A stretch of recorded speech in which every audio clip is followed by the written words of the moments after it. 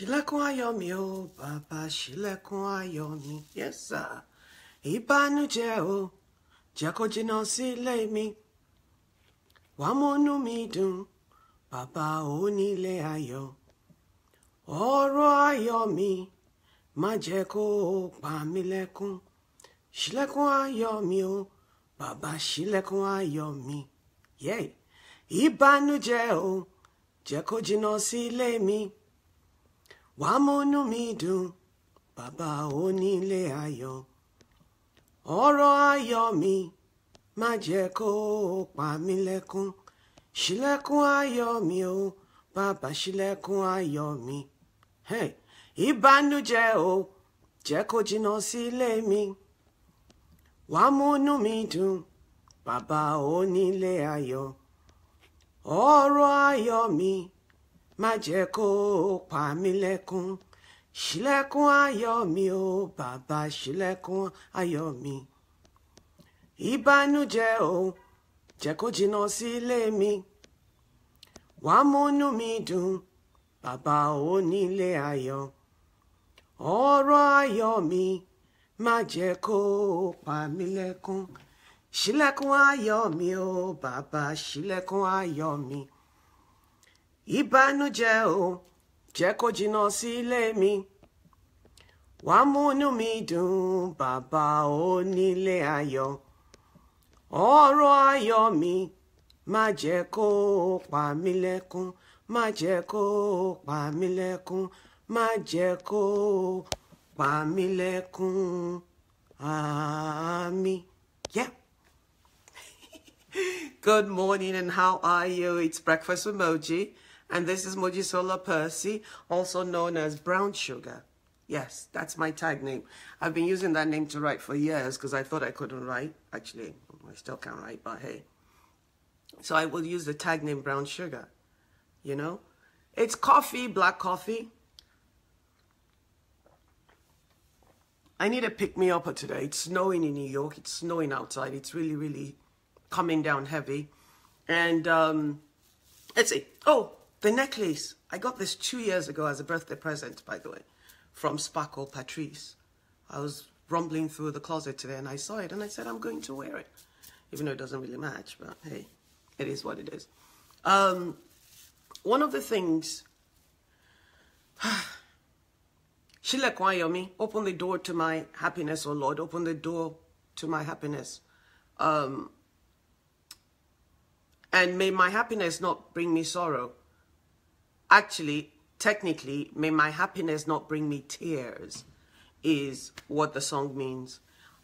It's become my national anthem as I walk through the past 10 years. And that song has seen me through a lot. It's carried me when I couldn't walk. We all know that even if you don't know, but I'm a strong believer in God.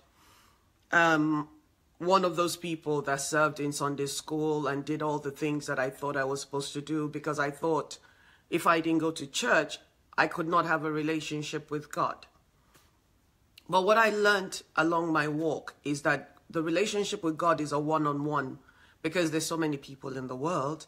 We kind of have to customize our relationship with God and decide what path works for us. So gospel music, any kind of music really just lifts my spirit. And then I'm very spiritual. I see and I hear. It's crazy, I know. When I was younger and I lived with this Oyinbo family, they used to think I was crazy. But as I got older and I accidentally ran into the Celestial Church, shh, don't tell them I told you. For me, it feels like a little bit African and a little bit Christianity, and they use the Bible and water and all that. But it sat very well. It resonated with my spirit. Today,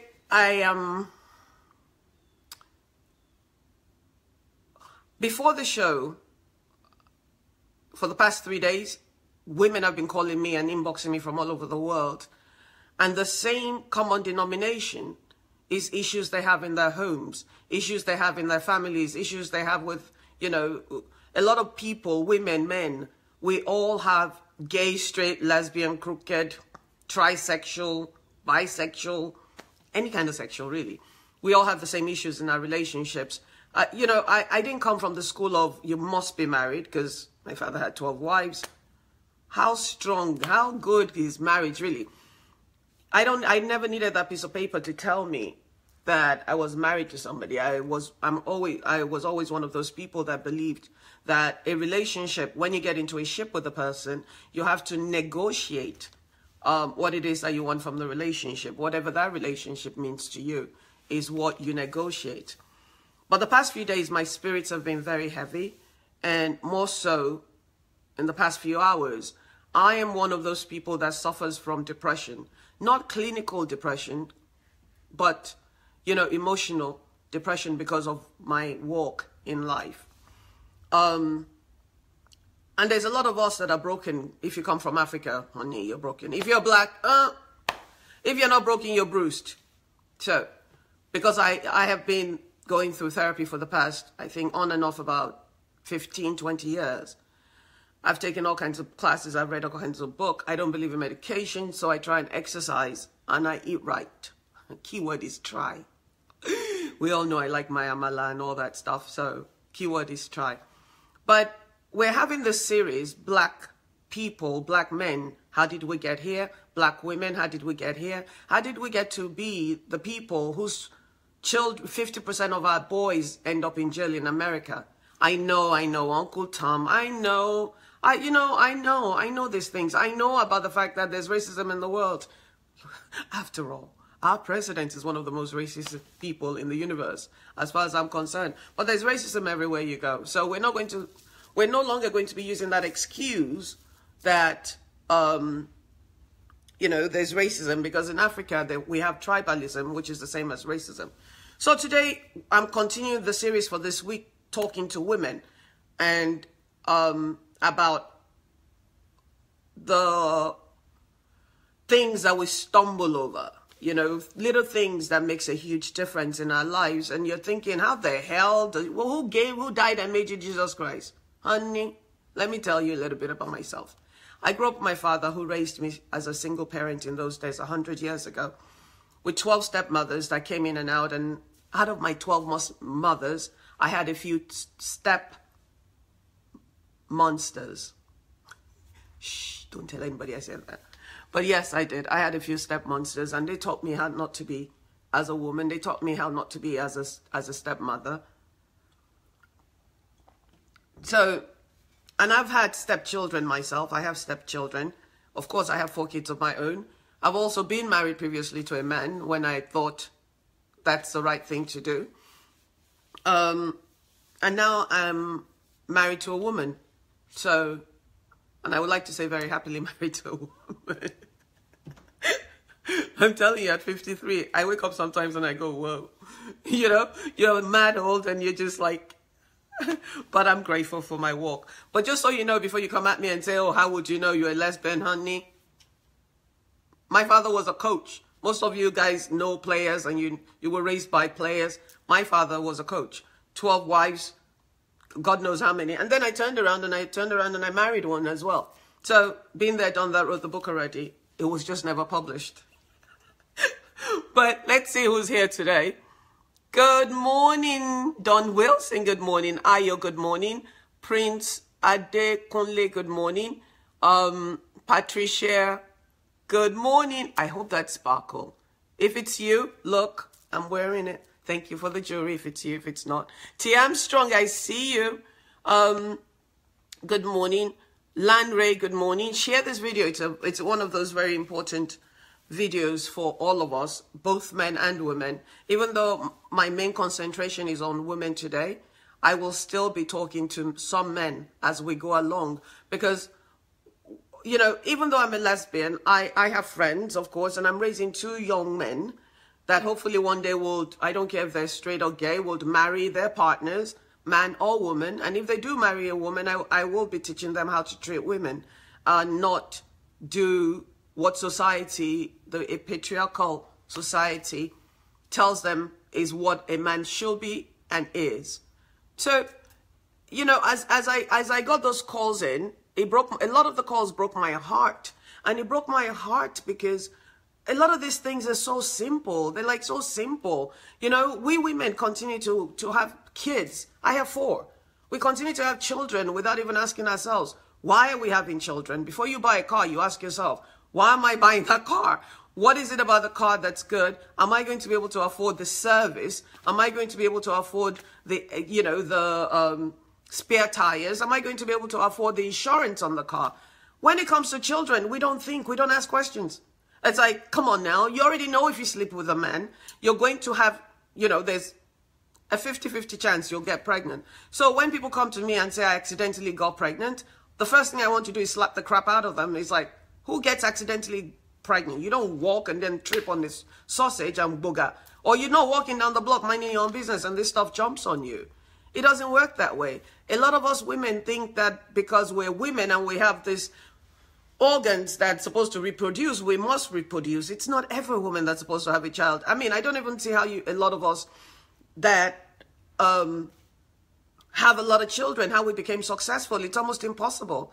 And then for you guys that have a litter of kids like me, 4 kids, if we have to travel to Florida, I have to buy 5 tickets in those days. So a lot of the time I stayed home.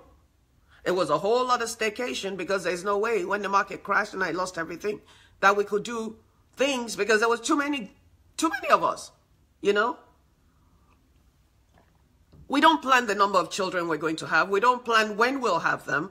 A lot of times people just get married and they have kids. For me, let me tell you something. I, Moji, had my children because I had a hole in me. I wanted my children. I wanted my daughters desperately. So I had a friend back in those days, and I went to my friend and said, I'd like to have kids. And he said, whatever, I'll know, because then child support. And I said, here. Spoke to a lawyer, and we drew paperwork, and he signed the papers saying, I signed the papers rather, saying I'll never come after him for child support. And I never did.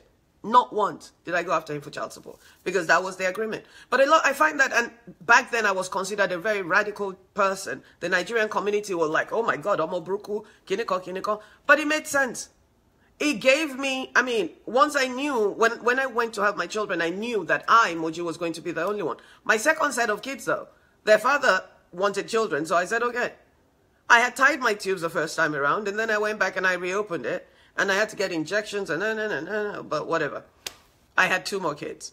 Now, of course, I was comfortable, so I had a housekeeper and all that, so that was cool. But then when the market crashed, and I found myself, and I, found myself separated because of whatever reasons. Now, I'm the sole provider for these kids. 4. Yeah, 4. That's not easy. I just wish more people would think about why they have children. Now, let's talk about the reasons why we women, a lot of us women, have children.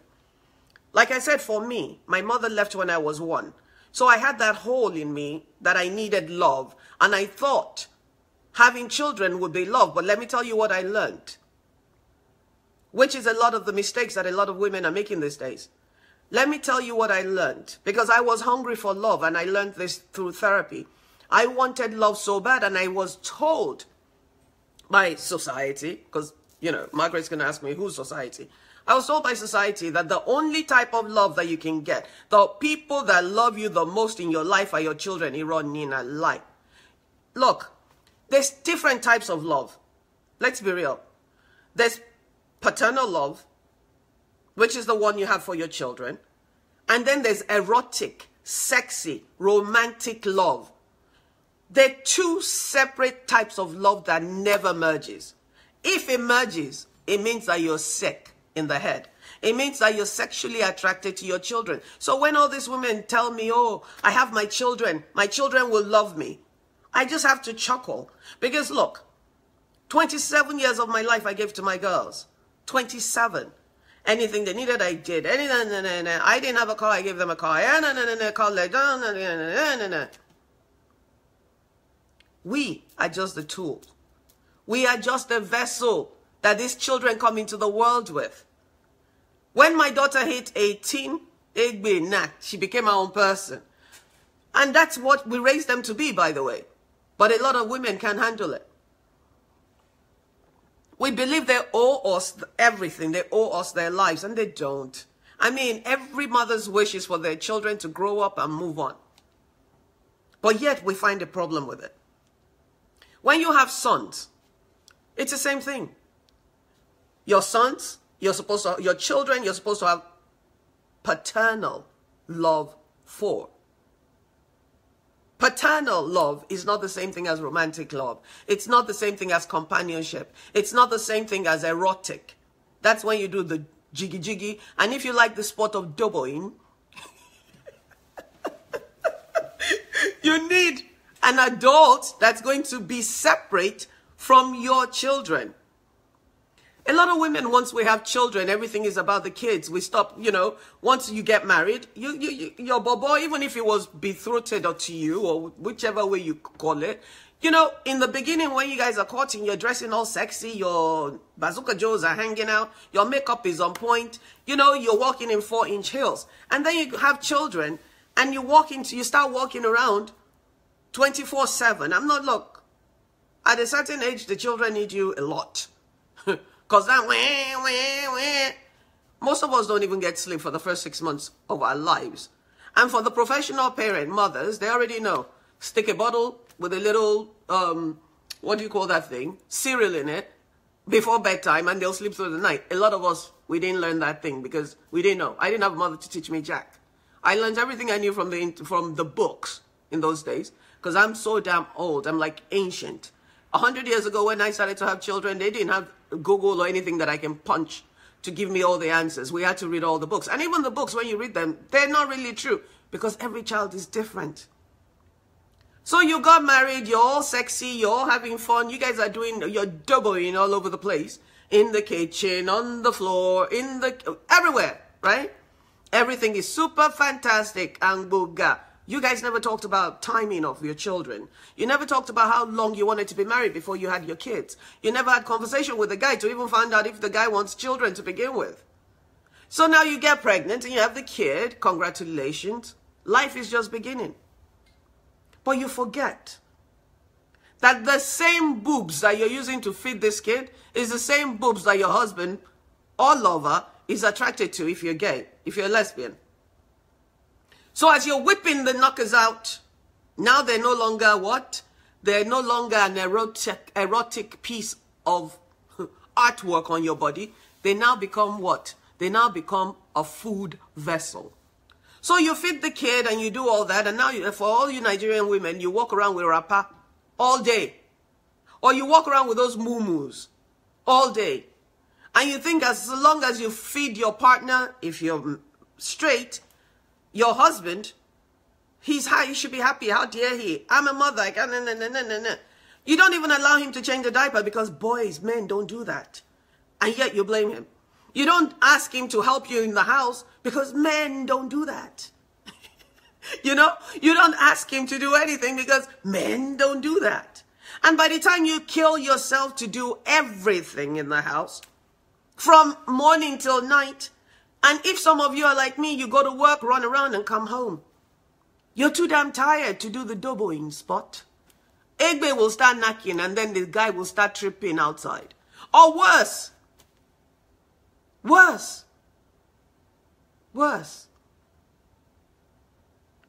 You fall into depression because now you're exhausted. You're tired, so you're snapping at everybody and everything. Been there, done that. And it's not really your husband's fault. It's not his fault that you guys did not plan, because it takes two to tango, you see. It takes two to tango.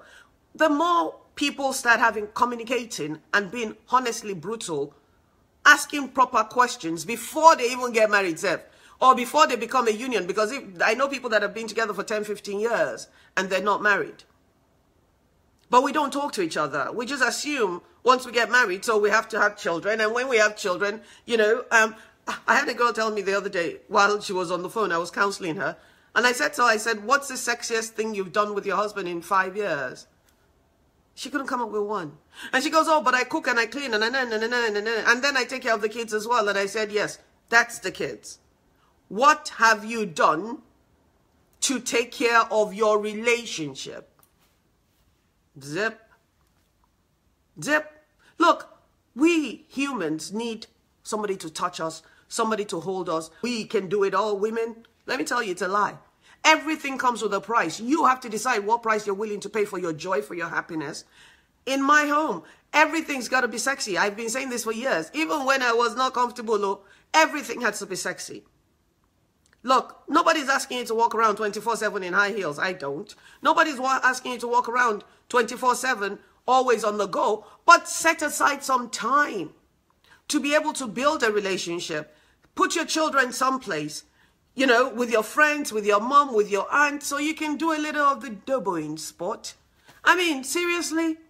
And it's not just that. It's not the sex. It's not the intimacy. Intimacy for me is just maybe walking down the block hand in hand, maybe talking about my fears with my partner, maybe talking about where I see us going in the future. We forget that.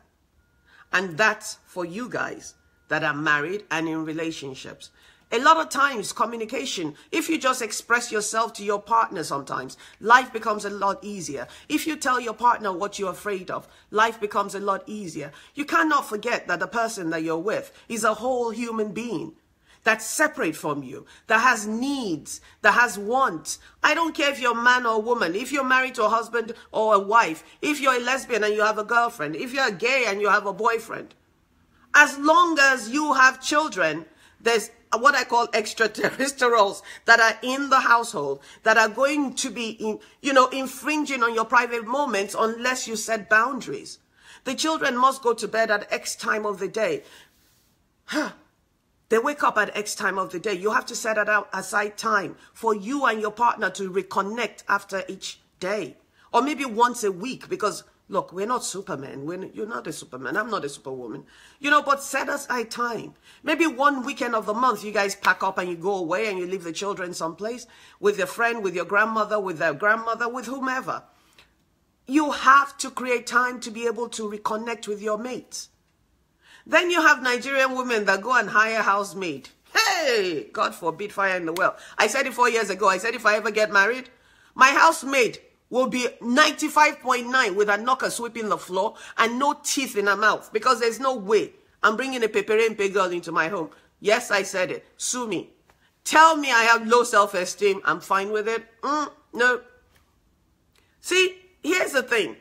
While you guys are chasing your children, talking about my child, everything is my son, my son. You cook and you clean for your son. You run around and you clean for your son. Slow your roll a little bit, honeys. See, you go and bring a 19-year-old girl. Remember, you've had 3 kids. All this stuff is now going south. Your nyash that was up high is now pointing south.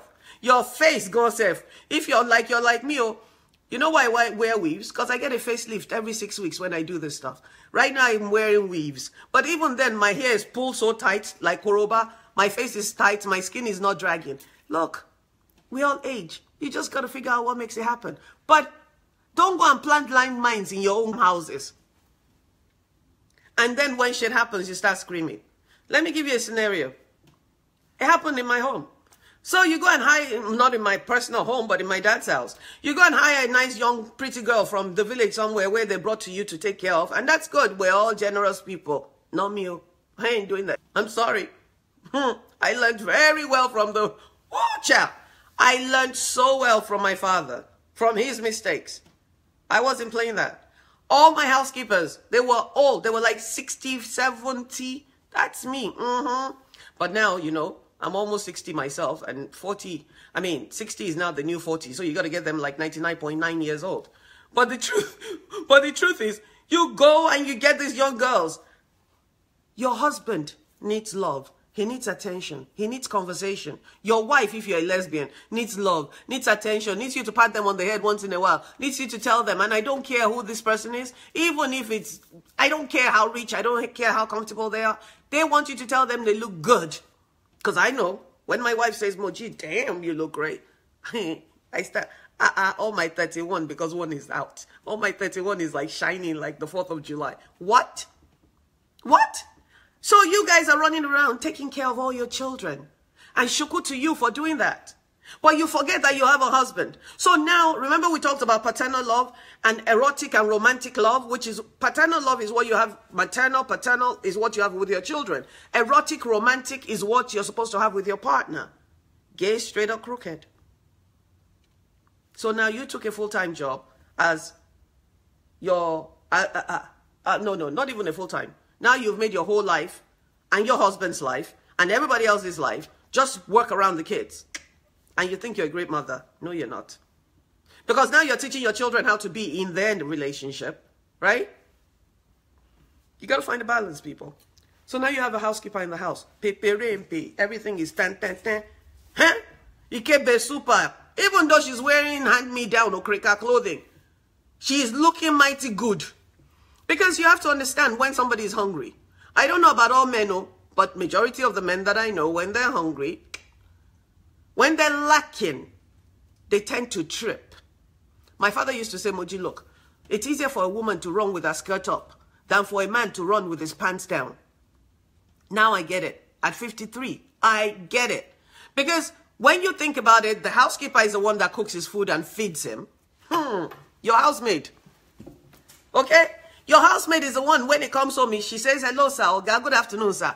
Carries his handbag or briefcase or something, takes it inside, you know, takes his shoes and puts it aside. I mean, these are all basic. I know they're not children, but look, these are things I like. I like me. I don't know about you, but I love attention. I love it when my wife cooks for me. I cook like crazy. Everybody knows I love to cook, but I love it when once in a while she cooks for me or whatever, because she's so very busy. When she does whatever, you know, I love it. I love the attention I get from my partner. So when you are not paying your partner any attention, hey, and then that little nice peperimpe girl, and I'm not talking about minors, I'm talking about you guys that have 20-something and 19-year-old, 18, 19, 18. And now this girl starts having conversations with your husband while you're busy with the kids, 24/7. Now they develop a bond. Because now your mate is the one that's giving your husband the attention that you, the wife, should be giving the husband. And then they go and trip. Before you know it, they trip and they fall inside the sushi and it become like belly don't come. Now you have a junior wife. Because she's been a junior wife doing the wife duties while you were doing whatever you're doing, thinking that's all you need to do as long as you're a good mother. Honey, life doesn't work that way. Even in the gay community, in a lesbian relationship, if you don't water your plant, if you don't water your grass, it will shrivel and it will die. There will be absolutely no doboing. I assure you. That sport of doboing, it's one of the most amazing sports in the universe that brings two lovers together. But it's more than that. For me, it's a spiritual connection. But how do you get to that level of spiritual connection, folks? How? You have to allow each other to be who they want to be, who they know they are. But you have to also understand that without having communication, without having an open communication with your partner, almost anything is impossible. I mean, how are you going to know what he likes or doesn't like if you're not communicating? It's impossible. It's impossible. See, a lot of women, I was in a gay room yesterday and we were talking about children and how people that have children, because a lot of us have children. A lot of us were not lucky to know that we were gay. Or, wait, let me rephrase that, because now I'm passing the buck. A lot of us were cowards. I was. And we chose not to live the authentic life. I was. I have no shame in saying it. So, a lot of us have children. And I'm in this room and we're all talking. And somebody comes on the thread and said, the love of a child is the only real love. I had to go in there and say, hey, honey, don't do it. The love, because there's a lot of young girls in this room thinking, oh, for me to feel love or to be loved, I must run out there and have a baby. And that's not true. I made that mistake. I had my kids and the hole was still there. Until I worked through my mother issues, and I still suffer from that. That hole will always be there. Nothing can fill that hole. But what I have learned to do is to allow myself to be loved by my friends, platonic friends, the way they know how to love me. I have allowed myself to be loved by my wife. And that's why I can receive somebody as I want. A lot of us are running around thinking when we have children, we'll feel eternal love. There's no such thing. Because let me tell you something. When those kids grow up, they're leaving your ass. Yeah, I'm sorry. Did I hurt your feelings? It's the truth. They're leaving. They have to leave. We are just, it's like you don't ride a bus for 10 years. You ride a bus. When you get where you're going, you get off. Our job is to nurture them, to train them, to teach them what love looks like and feels like so they can go out into the world and live their lives. A lot of us mothers, we smother our children, we spoil them rotten. We create monsters and then we start crying when they bite us. The love of a child is an amazing type of love. Yes. The love of a child is fantabulous because I cannot imagine me making it through my valley, making it through what I call my Job moments if I didn't have those children to get up, even though if I did not have those children to get up to every day, I would not be who I am today. You must start to remember that for you to be whole, for your family to be whole, every grass must be watered. It cannot just be the children that are getting all the attention. It's impossible. You must also remember that you come with your own baggage as your partner comes with theirs. The most important thing is communication, because when you're able to tell your partner, hey, look, people that are close to me know that I have a hole. I have abandonment issues because my mother left when I was 1. I have abandonment issues because my stepmonsters and stepmothers had a revolving door. So as soon as I got hitched to a person connected with one of them, it's time for them to leave again. Another one moves in, I get connected. So now I'm used to people leaving. It takes a while, but once I tell you, say go be, I don't go back. I'm so quick to delete and block in real life. But one thing I'm learning in my old age is that it takes two to tango. So when we start to communicate with our partners, when we start to learn our partners, and when we start to ask questions of our partners, what makes you tick? What do you like to do? Before you get married, no, not after you get married, because once you sign those papers, it's kind of too late. Before you move in with a guy, before you move in with a woman, if you're a lesbian, ask the questions. Get to know them. Get to know their mental state. Get to know their psyche. Get to understand who they are. Another thing is that a lot of you guys, in the olden days, we used to have blood tests. You used to test to make sure you don't have the SS traits for sickle cell. There's a high rise of sickle cell in Nigeria. Why? Why are all these kids dying because of sickle cell disease? Because a lot of you mothers and fathers, before you go and do the jiggy and the little bit on the doubling on the side, nobody's getting tested anymore. Really? And then the stress that sickle cell or sick child brings into a relationship is ridiculous. The tension, their anger, the animosity, the stress, the financial strain usually breaks up a relationship. Or actually, 60% of the relationships I know that have sick children usually end up in divorce or separation. A lot of these things that we're doing as people, as black families, we can really avoid if we just pay more attention to the things that's going on in our lives, to the things that we want to do, to what we need to see. You need to start to do what you need to do so you can do what you want to do, because I'm going to tell you something. At 53, I found myself living a life that I've always craved for. But if I did not do the work, I would not be here. If I did not do the work on myself, I would not have been able to attract my wife. If I did not do the work, I would not have been able to recognize that that is my soulmate. I would not be able to recognize that connection that we have, because I would still be walking out in fear. I read something on a friend's page. Oh, being single is... A strong person is a single person that doesn't depend on anybody. You'd already know me, and I don't know. God just created me in a weird fashion, because everybody's clapping and everybody's applauding and everybody's, yeah, you're right. Yeah, Shukuti. I had to go there and say something. And I really should have walked past, because I don't know what he's going through. I don't know why he posted it. But usually you post something that resonates with you. My thing is, I don't want people, young people, to be out there thinking being single. I mean, if you want to be single, be single. But don't post like that when I know that your wife just dumped you or your girlfriend just left you. And, you know, don't do that. All you're doing is that you're trying to put a bandage on a wound. But you trying to put a bandage on a wound, putting messages like that on Facebook so young people can see it and think, honey, I don't want anybody that needs me. I don't. I've had too many people need me all my life. And all they do is they suck me dry. When you're with people that want you, when you're with people that need you rather, when the need is met, right? Guess what happens? They leave you.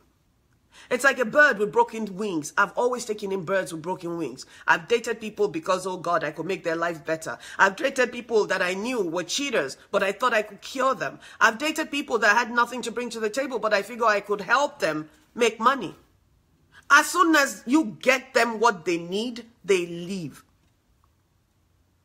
So let's stop fooling ourselves with all this fantasy island that sounds great on Facebook and start walking our talk. And start looking at the reality of life, which is basically it takes two to tango. And somebody that needs you will leave you when the need is met. Low self-esteem is what makes you choose somebody that needs you. Somebody that wants you, no matter what's going on in their life, no matter what's going on in your life, they will want you. Want is what I want in my life. I want somebody that wants me, not somebody that needs me. So, and being in a relationship does not mean you depend on the person. It's nice to have somebody that's dependable so that when you have something or an issue or a crisis, the person is there for you. But if you go and marry somebody because you need housing, the double in sports will not be fantabulous. Because you have to lay there and grind your teeth. You know, when you are with somebody that you want, it's sexy, it's romantic. Remember that romantic, erotic love that I spoke about earlier? Will flow right in. Because you love somebody does not mean you depend on them. See, when men are talking about, I don't want an independent woman, I don't want an independent woman, I laugh. Because the woman is not independent does not mean that there's no room for her, for you in her life. You should all want independent people. Because an independent woman knows where to allow you to be you and to allow herself to be herself. There's room for all of you guys to grow together when you're with an independent woman. Independent does not mean they don't want you in their lives. I'm very independent. But there are days that I'll lay up in bed and ask my wife, honey, can you make me some coffee? And she will. Or, you know, I don't think there's anybody, I've never met anybody as independent as my wife.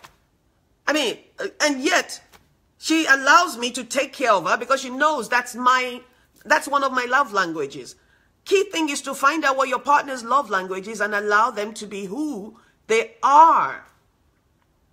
Marriages are falling apart in the Black community. 50% of our homes are being headed by single women because ego is ruling.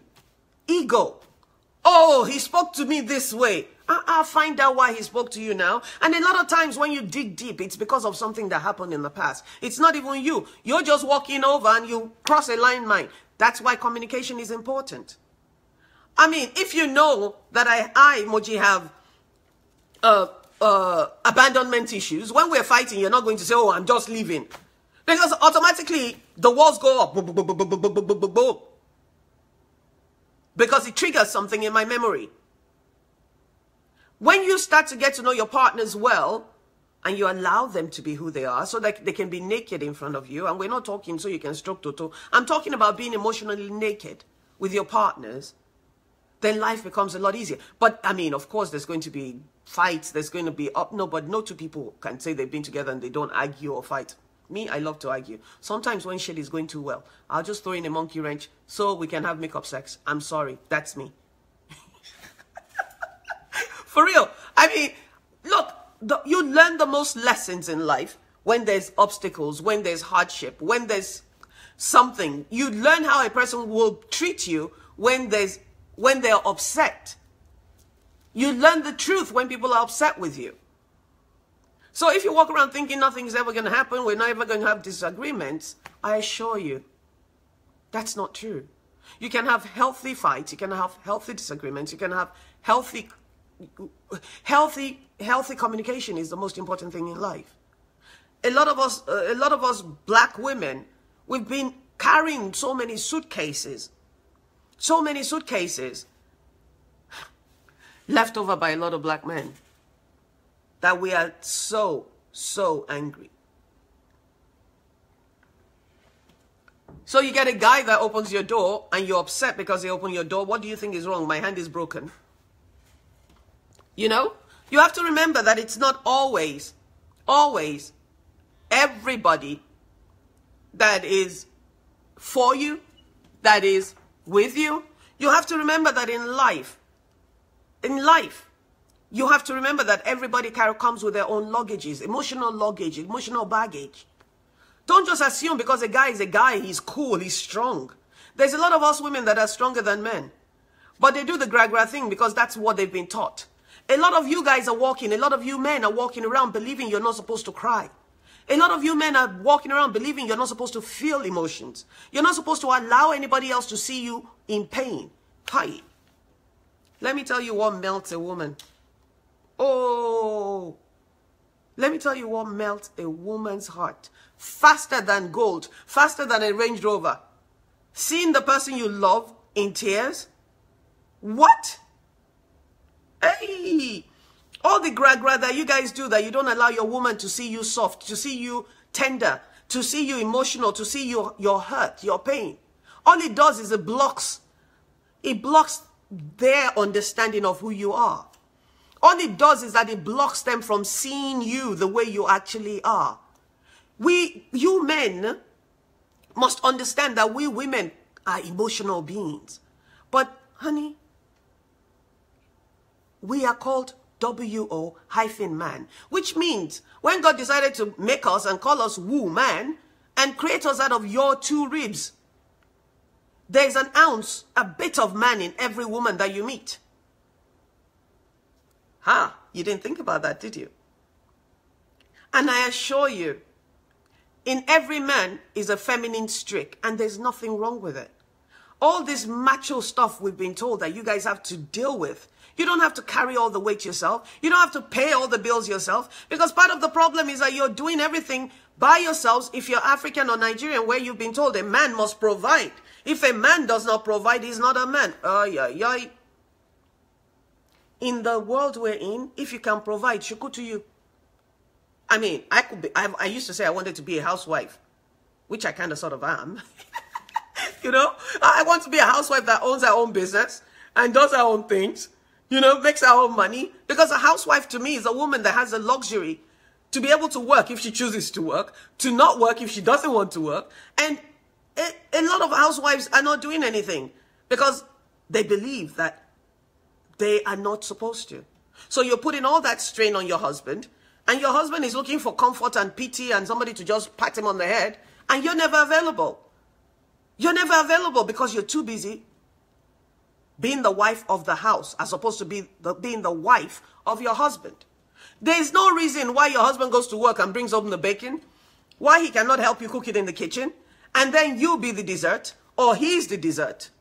There's absolutely no reason why, even if your husband brings home the bacon and you cook it, you should be cooking it in a sexy fashion. Your food should be laid out in a sexy fashion if you have time. We all don't have time. There are days that I just order Chinese because I just don't have the time to cook. There are days that I order pizza because I don't have time to cook. But you have to make time to make your partner feel special. I don't care again if you're straight, if you're gay, or if you're crooked. It doesn't matter. We all face the same challenges in our relationships. We all face the same challenges in our love ships. We all face the same challenges across the board. It's impossible for you to have a healthy, romantic, erotic love with your partner if you do not pay them any attention, if you don't feed their heart, if you don't stroke their ego. If you think stroking their toto is the only thing that you need to do, you don't mistake, finish. Another thing a lot of you guys do, not we, because I don't do that anymore. Another thing is that you're a freak in the bedroom, but you don't want your partner to know. That goes a lot for men. Goes a lot for men because a lot of men believe that once they marry you and once you have a child, you're no longer freaky. Let me tell you. For us women, I don't know about all women, but for women that I've spoken to that are my age, the older your wife becomes, the freakier she gets. Yep, I said so. The older a lot of us women become, the freakier we get. The more we want the jiggy-jiggy, the more we do the sport of turboing. I love that word. Yes. The more We want to experiment because we've been doing everything else. Now kids are leaving. Now we get to know ourselves. We no longer have to worry about getting pregnant. So of course we want to have fun. But men, a lot of these men are not thinking, oh my God, my wife is beautiful. My wife should be, let me tie her up in bed and like do the jiggy jiggy. Let me do something different because it's no, see, in the olden days, procreation was the only reason why people had sex, at least women. But now we have the internet that's shown us, that's spoken to us, that's giving us these amazing ideas of what we can do and how we can do. We've discovered toys. Women have discovered toys. We've discovered that we don't have to lay down. Missionary position is not going to give us an orgasm. We have to be on top or doggy style to get an orgasmic moment. So you men need to step it up. We won't break, oh. We will not break. So take your time and go out there. Experiment and explore with your partner, with your wife, with your lover. If you're gay, with your husband. Because once children come in, all of a sudden, everybody starts to look at you like you're Virgin Mary. Honey, we had to do the sport of doboing to have the children to begin with. And now that you don't have to, yes, you have children. But your children are not going to be the ones that are in bed with you. Your children are not going to be the ones that are stroking your toto. So you women that are running around thinking it's all about your kids, and let me tell you, even when you leave this relationship, if you leave that partner that you think is putting too much stress and pressure on you, the next partner that you go to, you'll have the same problem because you never solved the problem to begin with. You have to remember that you are the common denomination wherever you go. You have to remember that you, unless you change your programming and your mindset, wherever you go, you'll be attracting the same people. Wherever you go, you'll be doing the same things. You must remember that yes, having children is an amazing thing. I'm so grateful I have 4. But I have to tell you that if your whole life revolves around your children like mine did, you're in for a shocker. Because they will not allow somebody else to come in when you've given them the front seat in your car. When you now finally find a partner that's going to join you, that wants to take the ride with you, the ride through life with you, they will give you wahala like Kilode. I was talking to a girl, actually, I was talking to a friend of mine the other day, and, I thought I was bad. My son slept in my bed till he was about 8 or 9. Imagine if I had met somebody at that point and my son is sleeping in my bed. My son will give everybody hell.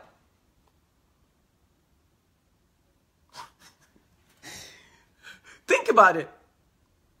How is your partner supposed to see you in a romantic, loving situation if your bed is now the football field where everybody goes to? How is your partner supposed to find that sexy? Me, what I have done in my home now, thank God I have my wife that's sensible. Seriously, my bedroom, no, you can't come in my bedroom. We can meet in the kitchen, meet in the living room, meet in your room, meet in the lobby, meet in the foyer, meet somewhere else. But my bed is no longer a place where we play chess and we play kinikon, because for me, when I get in bed, I like to visualize. When you're a Buddhist, they tell you to visualize what you want. I like to visualize the action in the boudoir before we get there. So if I had met somebody at that point and my son is sleeping in my bed, my son will give everybody hell.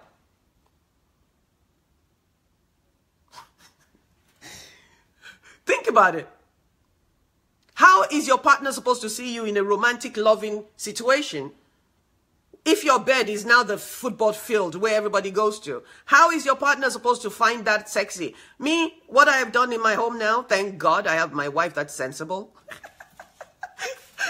Seriously, my bedroom, no, you can't come in my bedroom.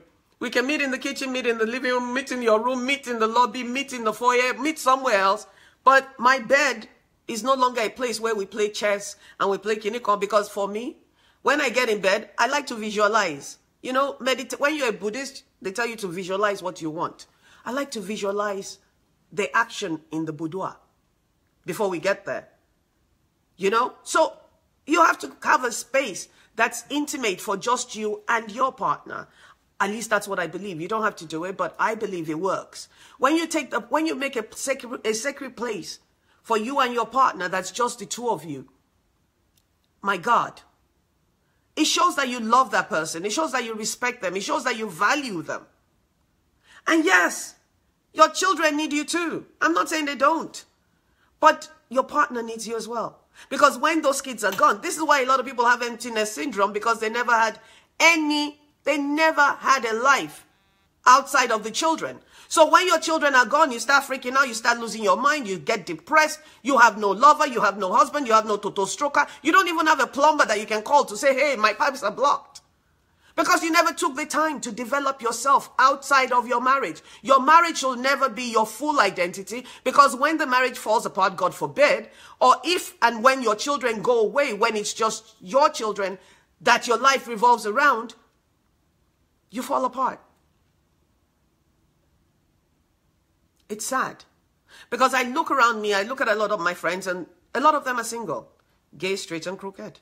Because they don't understand the concept. They are not willing to step outside the box and look at themselves and say, what am I doing wrong? They're not. And then you have family members. A lot of you guys allow your, oh my God, Nigerian men. You allow, oh God. I was on a thread, on this lawyer's thread one day, and he says, oh, my wife wants me. Oh my God. You don't even know. I have to pick, if you have to pick between your wife, your mother, your cousin, your dog, your cat, kiniko, he listed it. And I'm wondering, how the hell do you have your mother and your wife in the same category? Ew. Ew, that's disgusting. The love of a mother is a different kind of love from the love of a wife. The love of a brother is a different kind of love from the love of a brother. I mean, from the love of a wife. You cannot even begin to put them in the same box. They don't belong in the same box. It's like oil and vinegar. They don't belong in the same box. So why are you having these people compete with each other? You're not going to go and sleep with your mother. If you do, it's incestuous. Your head should be good. Your head is not correct. So the erotic, romantic love, again, it seems like it's been blurred. And we've used, see, words are becoming very, very important to me because of the fact that I'm realizing that we use the word love so loosely. We use dear so loosely. We call everybody my love, my dear, my darling, sweetie pie, honey pie. Don't call me that, because I will cut you. I will. Because one of the things that we've done, if we've taken the power away from our partners and our lovers, and we've given it to people that don't deserve it, people that never earned it, people that shouldn't even be in the same category as your wife, you're throwing in the same box as your wife. Why would you compare the love of your mother to the love of your wife? I mean, seriously? That doesn't even make sense. It does not even make sense. How can you compare the love of your mother with the love of your wife? Your mother should have her own space, and your mother should have her own space. Your wife should have her own space. Your wife should not be allowed, your mother should not be allowed to come into your home and abuse your wife and treat her like a slave or a normal dog that doesn't have any family. Are you kidding me? So many homes break up because of that. In Nigeria, your husband's brother that's 12 years old will tell you to call him uncle, and you too will. Are you kidding me? At my age, I call some, no, don't do it. Respect is earned. It's not commanded. Earned. For every relationship, there must be a form of respect. There has to be. Because if everybody is just like a toothpick that you just all over the place, it's unacceptable. I go out of my way now because I have failed in a lot of ships. I go out of my way to make sure that my wife is taken care of the way she needs to be taken care of and the way I need to take care of her. So we have to meet halfway. It can't be, oh, because I like to cook Nigerian food all day, that's all I cook. It can't be because I love Italian food or because I love Japanese food, that's all we eat. You have to compromise and negotiate. Simple little things like compromising and negotiating breaks up relationships, and I can never, ever understand that. Ever understand that. You know, it doesn't make sense. It doesn't make sense. If you don't learn how to take care of your partner, somebody else will. If you don't learn how to take care of your wife, somebody else will. If you don't learn how to take care of your husband, somebody else will. And you can't fault them. Because me, I'm an advocate for fire people. Because if you treat your home like a business, if you treat your home like a business and somebody is not producing and you've had meeting and they're not up to par and you've had meetings and you've had meetings. If you don't know how to do the jiggy, go and take classes. Go to YouTube, go everywhere, go anywhere. I mean, take a class. There's no reason why we cannot have successful homes as black people. There's no reason why men are cheating. Actually, there is a reason, because they're babies, they're boys. You know, real men don't cheat. You can either have a polygamous family, tell your wife or negotiate with your wife, I want another wife, and do it. All the sneaking around is just disgusting and disgraceful as far as I'm concerned. I am not anybody's dirty secret. But the problem is that if you've been cheating with a person and then, you know, they never stepped up to the plate, you can't complain, you can't moan. You can't. You can't. If you're having a child, if you're having 2, 3 kids for somebody else's husband, and somebody else does not know, you're a cheater. I know. I know. Your fiduciary is not to the wife. But the thing about it is that you need to put yourself in that person's shoes. You have to. In Yoruba land, they say, "Passion to coffee no yawo." The same stick he used to beat his wife, he's going to use on you one day. Don't think if somebody cheats with you, doesn't marry you, and you continue to cheat with that person, okay? If they wanted a polygamous family, let them do it. Me, I believe in polygamous family for the people that it works for. I live and let live. That's my motto. But people have to know, full disclosure is very important. Very, very full disclosure. Living an authentic life is one of the most important things that I preach.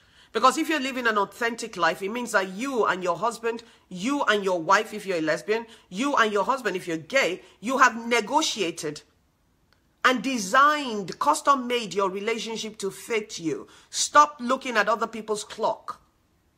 Stop looking at what Shukura is doing. We too have to do that. Stop. You were not raised the same way. You were not brought up the same way. You don't have the same bank account leverage. So stop.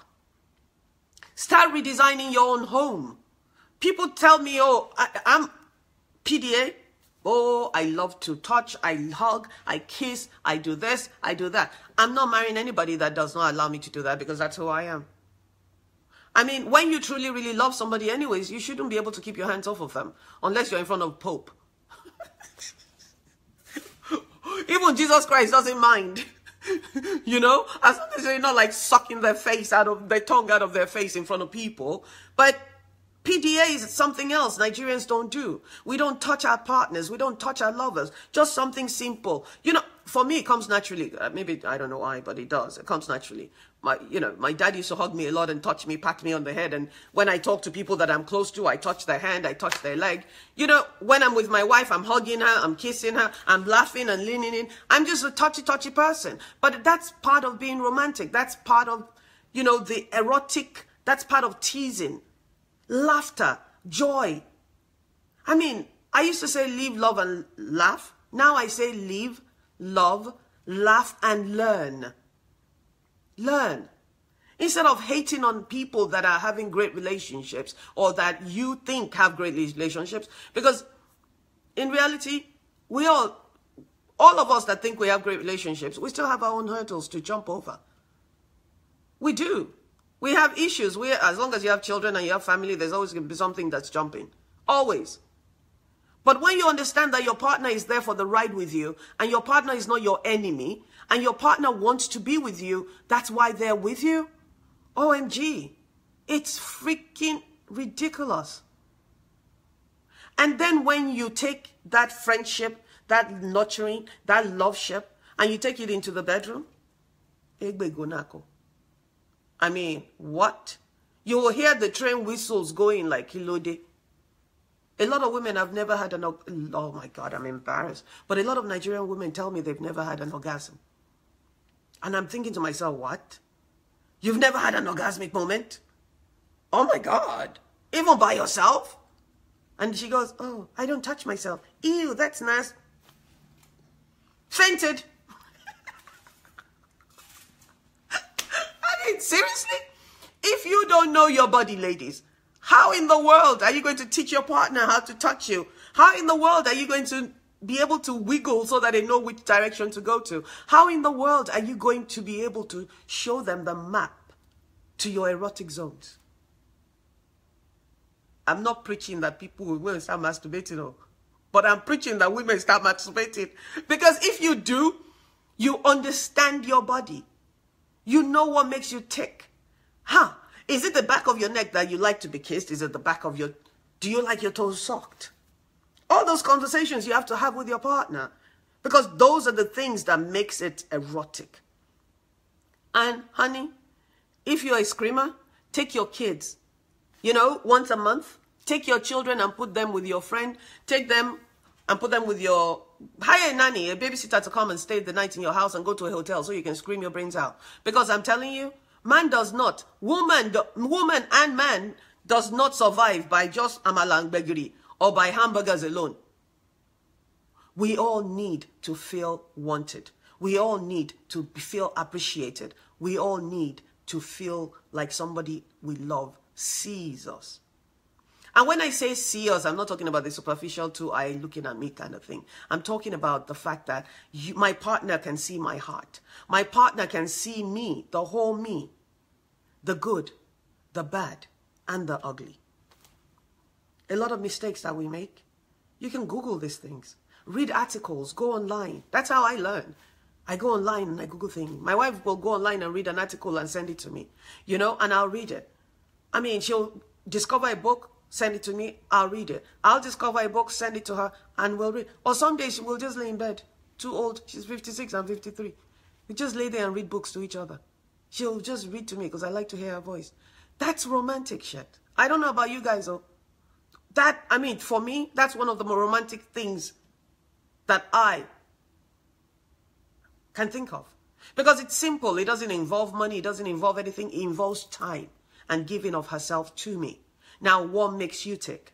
What makes you happy? What is it that you want your partner to do that he's not done? What is it that you want to do that you have not allowed your partner to see you? Do you want to strut in like I do once in a while in some sexy lingerie? Everything's got to be sexy. The food's got to be sexy. The cup I use, look, I'm drinking coffee. Yeah, it's got to be sexy. Everything's got to be sexy. When you have little children, sometimes you can't help it. You're tired. You're exhausted. That's why I recommend you put them away once in a while. So you can get your sexy on. We got to bring sexy back into this thing, because there's too many ships that are just floating, boring as hell. And a lot of you guys are cheating on your partners because they don't really know you. They don't really know what makes you tick. They don't really know if you like it in your ears or if you just like it in your mouth or if you want him to stick it in your nostrils. They don't know. Your husband doesn't know if you like to lick this lollipop because you've never tried it, you've never told him. Sometimes you have to, as a woman, you have to just go in there and take over. And stop worrying that it's the same mouth that you used to talk to your children. Like, really, they'll know? God, Jesus Christ doesn't even care that you use your mouth down there.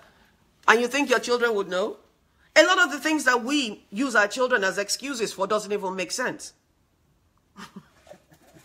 I had a woman once call me, I swear to God, once call me and say, oh, Moji, you know, my husband wants me to do the lollipop, you know, and that's the same mouth I used to talk to Jesus Christ. I was like, honey, trust me, Jesus doesn't mind. The fact that you're talking to Jesus Christ on any given day is good enough for him. But I'm sure Jesus Christ does not want you to lose your husband because you think Jesus Christ would mind you using your mouth to do the do. Let's be real.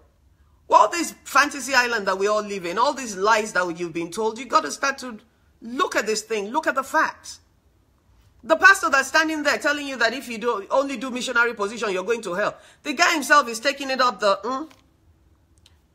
shagging at least 5-6 women in church. Has impregnated a 17, 16-year-old girl. In the meantime, your house is falling apart. We have to start to think about how to keep our homes together. Not by force, but by love. Filled with love. We have to remember that paternal love is different from romantic, erotic love. Paternal love that we get from our children is not even supposed to be on the same scale. Ew, that's so disgusting. As our children. It's not. As our lovers, our mothers' love, which is maternal love, is not supposed to be on the same scale as that of our wife. Seriously? They're not the same. So stop walking around screaming, oh, the love of a child is the only real love. Now, lie. It's the only real paternal love. But erotic love, romantic love, friendship, it's not the same. Let's stop fooling ourselves. And for you single women out there, that when a guy asks you out, you want him to quickly come and meet your children. Honey, you better keep them kids home. Let him get to know you, or her to get to know you, so that when she knows you, then she can extend the love that she feels for you to your children. You can't expect me to meet Timadu today, and then I can say, oh, I love you. You know that Nigerian kind of love? That's bullshit lie. I love you, Moji. You don't know me from Adam. How can you love me? If you meet my children that are 12, 14, that are acting like assholes, and then you turn around and say you love me, I know you got a problem. You're not the one I want. If a person earns their love, if your child earns their love and their trust, it's one thing. But keep the two separate for a moment. So that the person gets to know you, and then they can get to know your children. But the person that wants to date you is not looking to date your children. They're looking to date you. And then if you just so happen to come with the child or children, then shuku to you. But at least allow them to know you first, so that you and them can build a bond. Before you allow somebody or other people, and I call children somebody because they are people. They have a mind of their own. When a child eats like 7, I'm done. They have their own mind. You have to truly, really allow them to get to know you first. Unless they're hungry and you need to take them on a date so that you can feed them. And you can't afford to feed them at home. I'm sorry. In my head, I'm a comedian. I used to be a stand-up comedian.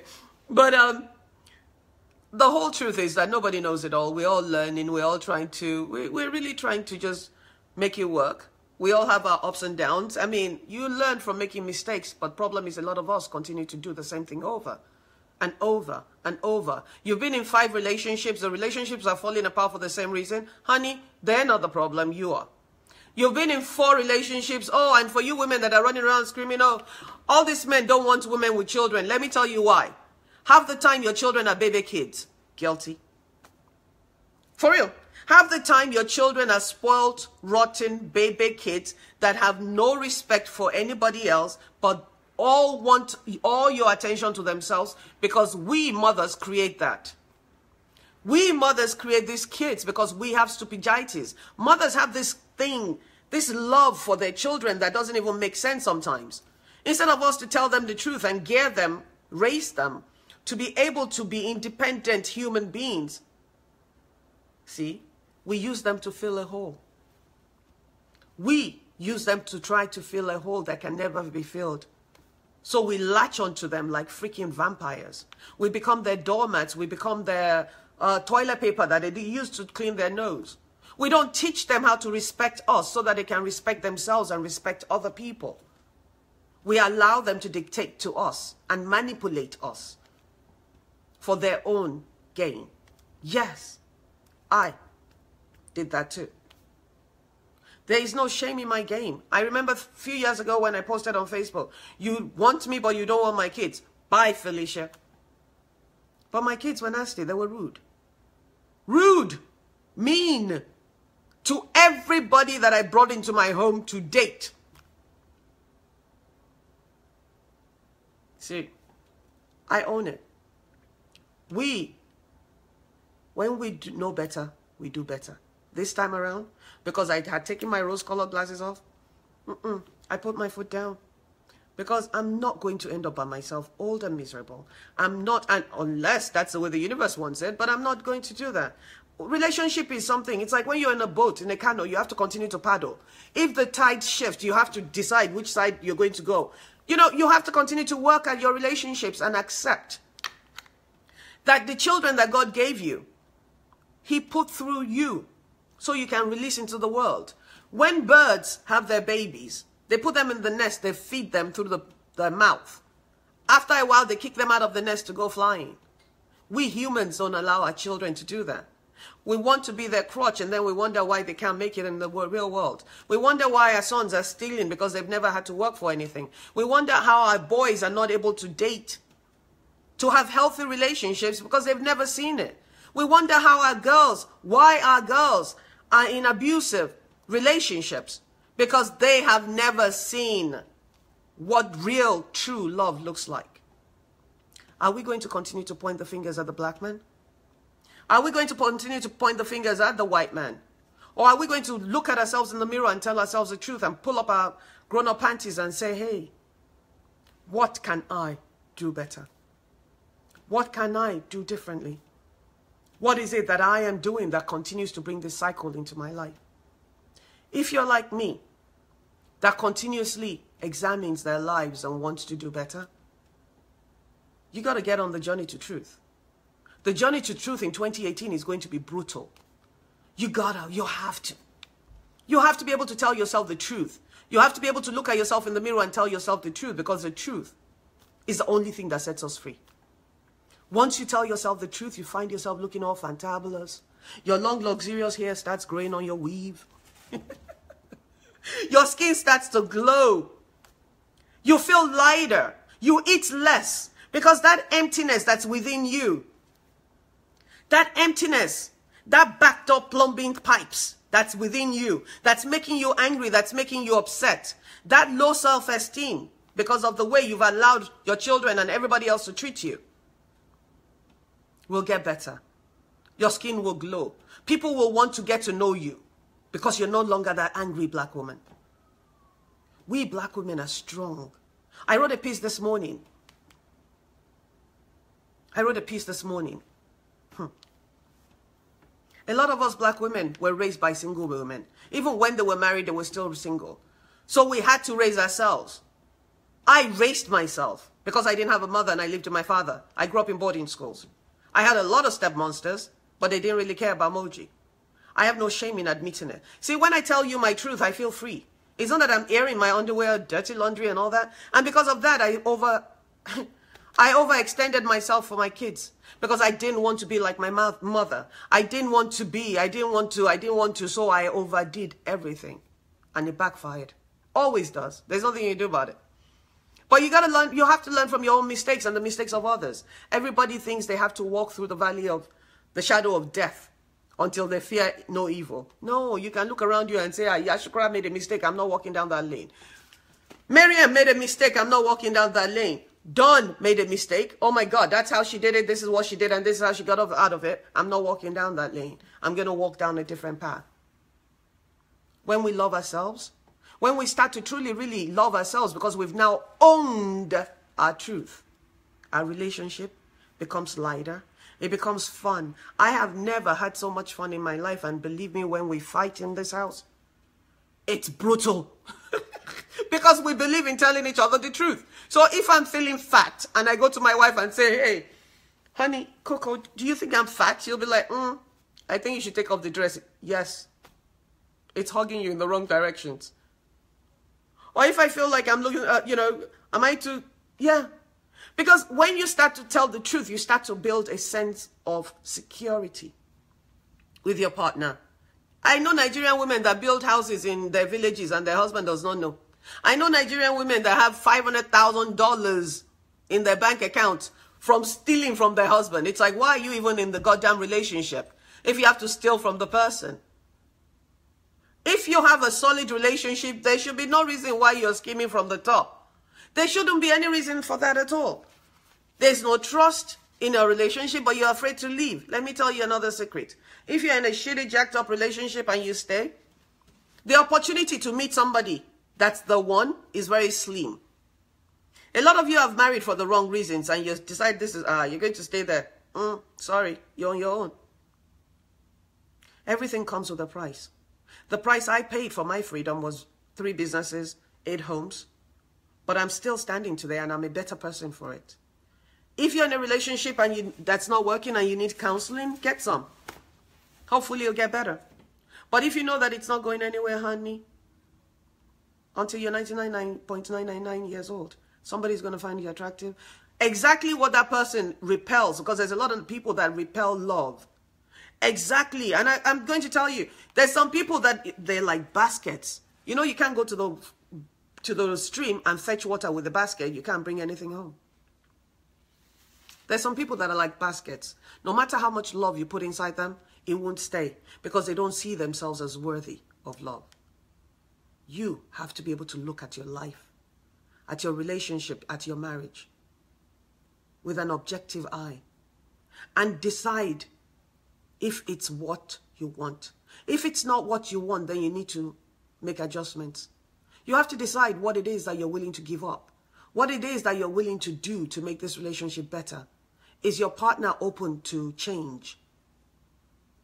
Are you both willing to walk hand in hand through fire, through coal? And are you both willing to do the work that it's going to take you to get you to the other side? Because when you start to walk in truth, it will be painful, it will be hurtful, you will cry, but you will, I assure you, when you make it to the other side, you will be having fun, laughing. People will be looking at you going, eh? Why are they all touchy-touchy? Why are they all touching each other? Why are they so romantic? See that guy, FK, whatever, Femi Fani-Kayode. I understand where he's coming from. He's been married 3 times. This time around, he finally got it right. He's full of life. He's full of fun. He's full of adoration for his lover, his wife, because he has seen the other side. He has made a lot of mistakes with his life. That's why women like me and my wife, we have so much fun, because we've made a lot of mistakes and we understand it. But we accepted the mistakes that we made. We, women are powerful beings. And for you guys that are on this thread, shuku to all of you for even having the courage to come on this thing. Really. Book your hearing, day good. Oh my God, good morning, long time. Jackie Austri, good morning. Fumi, good morning. Rashidat, good morning. Folakemi, good morning. Oh, Dawn says, Dawn, by the way, has a radio show and she has a blog called Dawn on Sundays. She talks about real life. She's a young woman that used to be a lawyer and is now in the radio. Dawn says, I can't see. 50 Shades of Grey. Sure, I'm telling you, honey, there's 1,000 shades of grey, I found out. 1,000, not 50. Bad girl. And even at 53, I am still doing the spot of doubling. A lot of you men should learn the spot of doubling. You know how some people on weekends, they say, oh, I want to go golfing. I want to go this. I want to go that. I'm going to go play table tennis. Honey, ain't nothing wrong with picking up your partner and going and locking up yourselves in the hotel room or wherever and enjoy a little bit of sports. Doubling is an amazing sport. My wife's going to kill me. But it's okay because you guys will rescue me, right? Anyways, it's been an amazing morning with you guys. I hope to God that you guys take this thing and share it amongst your friends. Not for me. I don't make money. I don't get paid for what I do. I think the more we all heal as a family, I think that children need 2 parents. I don't care. They need 2 people in their lives. Because my views are not always the views of my partners. My views, her views are not always mine, but you need to expose children to more than one view so that they understand and they have the ability to discern. They learn the power of discernment. My son sometimes, Femi, when I say something to him, the way I would say it is not the way he's able to receive it. And when my wife says the same thing in her style, he's able to receive it. So too many broken homes are creating too many broken children. Too many broken children are creating too many broken men, who then turn around and break more women, who then turn around and break more men. So the breaking continues. We have to start to heal. The only way to healing is to stand firm on the journey to truth. This is Mojisola Percy. I speak power into truth with a very unique voice. If I hurt your feelings today, trust me, it's intentional. I'm a bad girl. No, it is. It's intentional because sometimes you need to just people so that they can spring back to life. I don't know how to sugarcoat anything anymore because I've lived a life of lies for so long. You know, when you've lived a life where you have to pretend to be somebody else, you tend to lie upon lie upon lie to be able to keep your secret intact. Now, we have to start, all of us, telling ourselves, if nobody else, the truth. So I'm not Willy Wonka. I don't know how to sugarcoat things. I give it to you straight. We laugh a little, we joke a little, but hopefully you guys get something out of this hour. And I ask that you share the information with your friends and family so that we all, as a people, can start to get on the journey to healing. And that way, we can raise amazing, intelligent, discerning, loving, kind, sweet next generation of Black people. Again, this is Moji Sola Percy of Moji's World. Thank you for joining me. I appreciate your 1 hour. Time is the only thing that you cannot buy, give, exchange. So I appreciate you. From my heart to yours. Namaste.